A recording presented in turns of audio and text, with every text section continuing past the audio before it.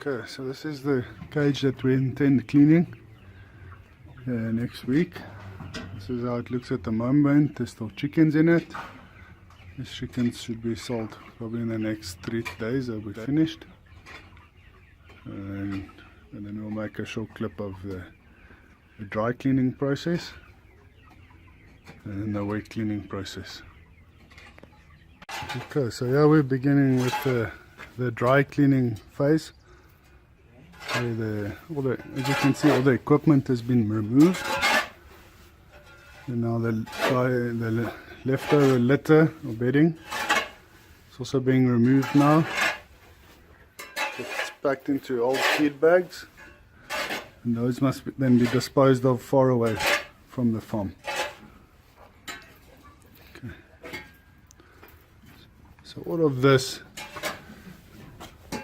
needs to be removed in this process. Okay. Okay. Yeah. I come with a broom. You come with a broom, eh? Yeah. You come with a broom and you do all the corners, eh? Okay, because we'll struggle with the water to remove some of it. Yeah.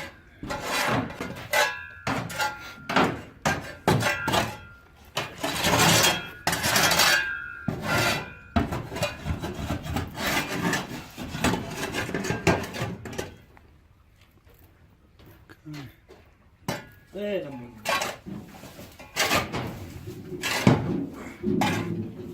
Okay, right, so we've done the dry cleaning phase. All the litter has been removed from the cage.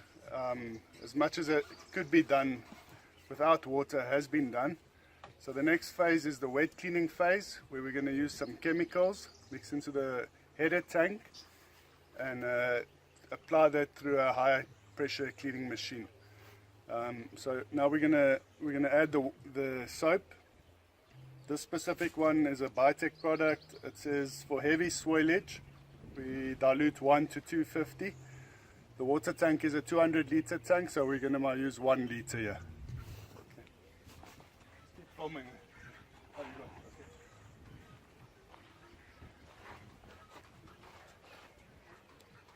Hold your hand up like that. Yeah.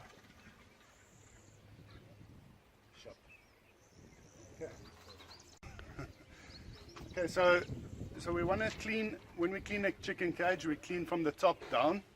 Okay, we need to make sure our curtains are closed because we need to close them.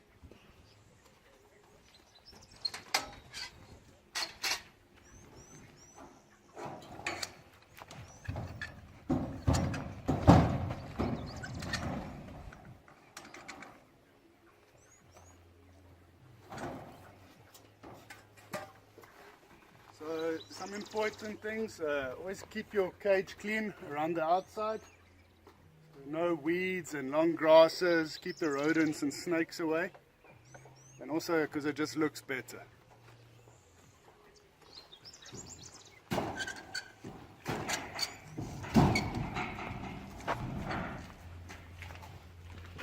So our preparation for the clean, come on, is to make sure all the electric points are properly sealed with plastic, because we're going to be using a lot of water inside here and we don't want any electrical shorts. In the interim, since the cage was dry cleaned, they've done a bit of patching. There were holes in the chicken mesh, so now is the time to do maintenance in your cage. Check your water pipes are right, check your electric cables are right. The time to do it is not when there are chickens in the cage. It should actually have been done before we arrived here to do the demonstration, but it can be done later again as well. Okay, cut.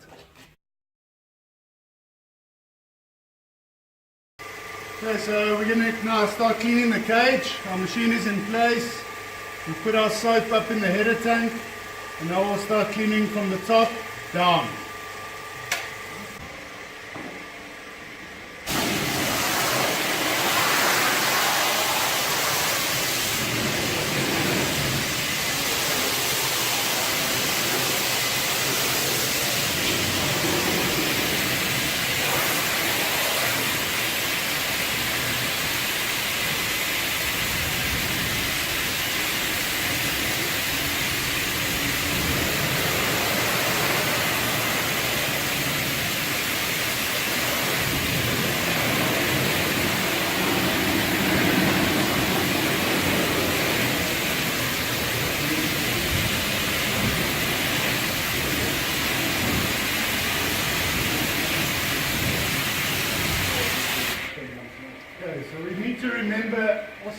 on top of all the steel structures. There's a lot of dust and grime and dirt that builds up here, so we mustn't forget about that. It's very important. Yeah, we have the lance that's slightly bent, so this will help me get on top.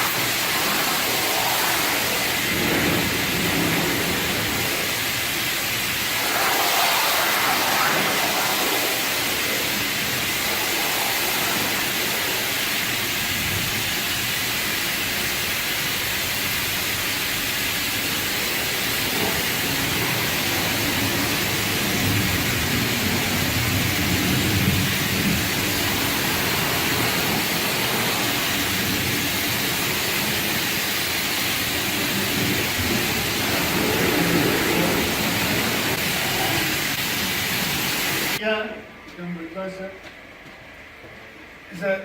Is actually grass growing inside the cage. So years and years of mud and litter that doesn't get removed from the cage. And we have this.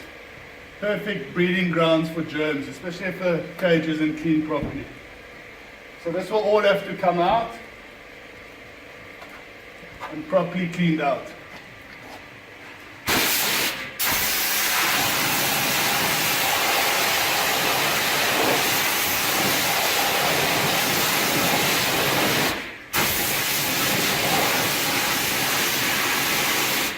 Bring the camera closer, then I'll show you what's going on here.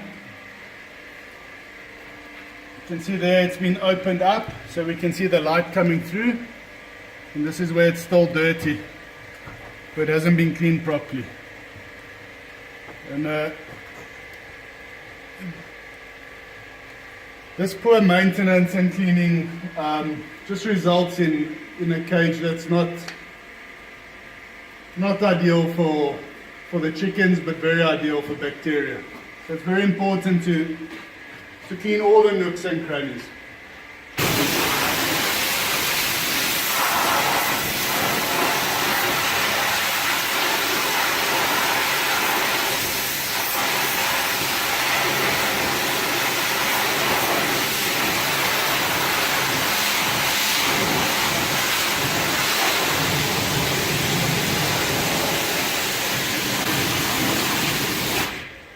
Having said that, it definitely helps if you have the right equipment.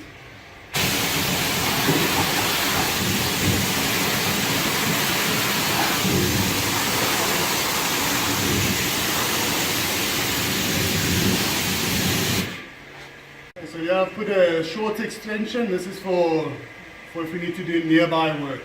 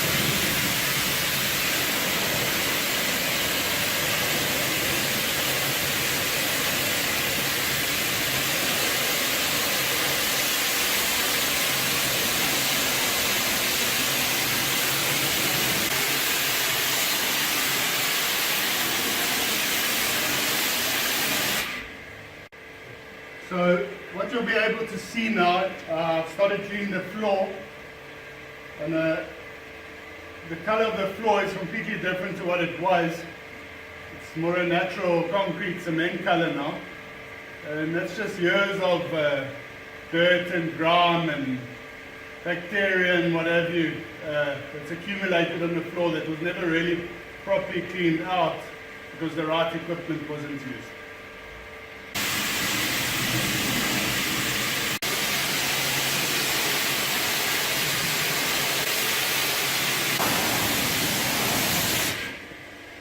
Okay, so the reason we started with the roof was because we don't want to clean the floor and then start on the roof afterwards and get all the dirt from the roof on the floor and have to clean the floor again.